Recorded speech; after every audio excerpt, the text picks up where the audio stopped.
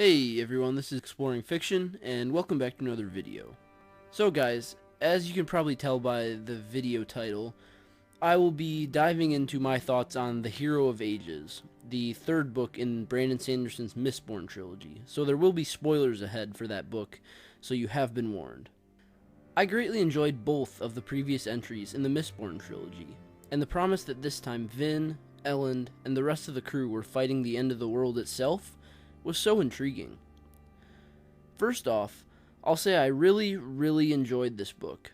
It was better than the second one, but I still think I enjoyed the first one the most.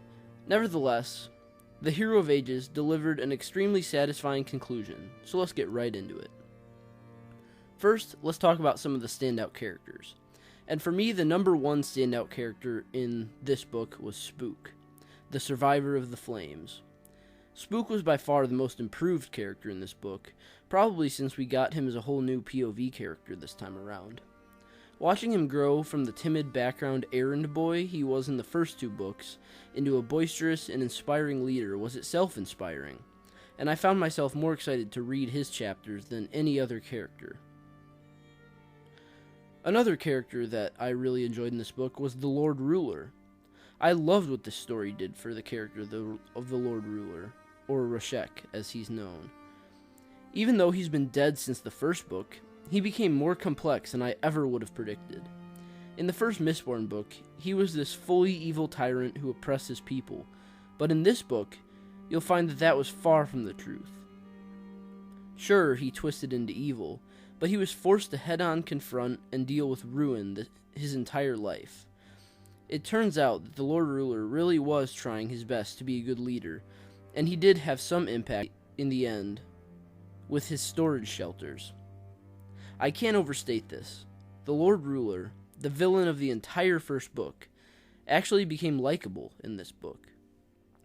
Yeoman and Quellion were two other characters I was surprised by, and I'm grouping these two together because they serve similar purposes, both being rulers over cities outside Luthadel, but they were both very good characters. Quellion showed how Kelsier's teachings could be taken to an extreme, at least until he was saved from Ruin's influence. Yeoman, meanwhile, was a competent secondary antagonist to Vin and Elend for most of the story, and the personality of his character, being a former obligator, was an interesting new one not possessed by anyone in Kelsier's crew.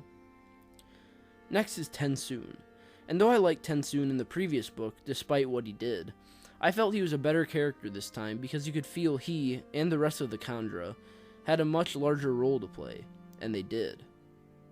And of course I can't go without talking about Vin and Elend, being the main characters. Both Vin and Elend were obviously fantastic. Their moral quandaries and conflicts were of course enthralling, and seeing Elend struggle to the very end over simply trying to protect his people was both sad and inspiring. With Vin, the twist of her not actually being the Hero of Ages, but merely a liaison, was unexpected, but a great arc for her in my opinion. In the end, she wasn't the prophesied hero, but that's not what she really wanted anyway. As you may know, Marsh was my favorite, or at least top 3, character in the original book, and though he didn't have much to do in Book 2, I have to acknowledge him here. Though I would say I liked him a lot less because he turned to full evil, his arc was the most sad. He couldn't help becoming evil, it was the price he paid to overthrow the Lord Ruler. Still, the one moment of redemption when he took off Vin's earring and freed her from ruin for good was all worth it. And of course, I had to leave Sazed for last. I said as far back as reading the first book that Sazed was the most lovable and best character. Never did I think he would be the real Hero of Ages. What a great arc. From servant mentor, to finding and losing love, to losing all faith, to regaining it, to becoming it. I couldn't have asked for more. I wasn't a huge fan of mopey, depressed Sazed, but it was all worth it for what happened in the end.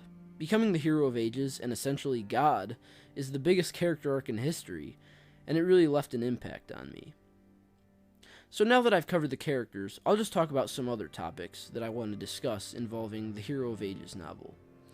The whole prophecy and what it really meant, how it referred to gender neutral, meaning Sazed as a eunuch, the Kandra and all that blew my mind when I finally figured it out at the end. I mean, it was just really well put together by Sanderson, and he hid the true intentions and meanings of everything very well. Hemorrhagy and its consequences made a lot of sense and was an easy to understand additional magic system in the world, not bogging down Allomancy or Furukami. The setting of the end of the world felt really genuine in this novel. Whereas a lot of fiction has a save the world story, in this book, Sanderson did a great job at making you believe the world was actually ending. It didn't feel like he was pulling his punches and just saying that the world was ending to heighten the stakes. You could actually tell and feel it through the pages as the world was falling apart around our main characters. Ruin was a great evil villain because of how he was a force, not just a man to be fought. And I loved the creativity it took to beat him. The scene of Elend and the Mist Spirit alone in the field was very haunting, especially after you find out from Sazed's journal later that that was the god Preservation using the last of its power. Like, that was just a really small scene throughout the scope of the entire novel, but that one really stuck with me for some reason. It was very haunting. And like I already talked about, it was just so satisfying putting all the pieces together about the truth of Preservation, Ruin, the Lord Ruler, the world ending, the different magic systems, the Kandra, the Kolos, Vin, and the Hero of Ages. I mean, the Mistborn trilogy did have its flaws, but for me, putting all that together in this sort of mystery puzzle made for a really good payoff. So overall, I loved this book and this trilogy. What a great, different take on the fantasy genre that was totally worth the read. If you haven't read the Mistborn trilogy, I highly recommend it. And if you have, give it a reread. So guys, there's my thoughts on The Hero of Ages, Book 3 in the Mistborn trilogy by Brandon Sanderson. Leave a comment, let me know what you thought of this book below. I would love to hear your thoughts. Leave a like if you enjoyed. Subscribe if you're new here, I would love to have you. And like always, I will see you next time.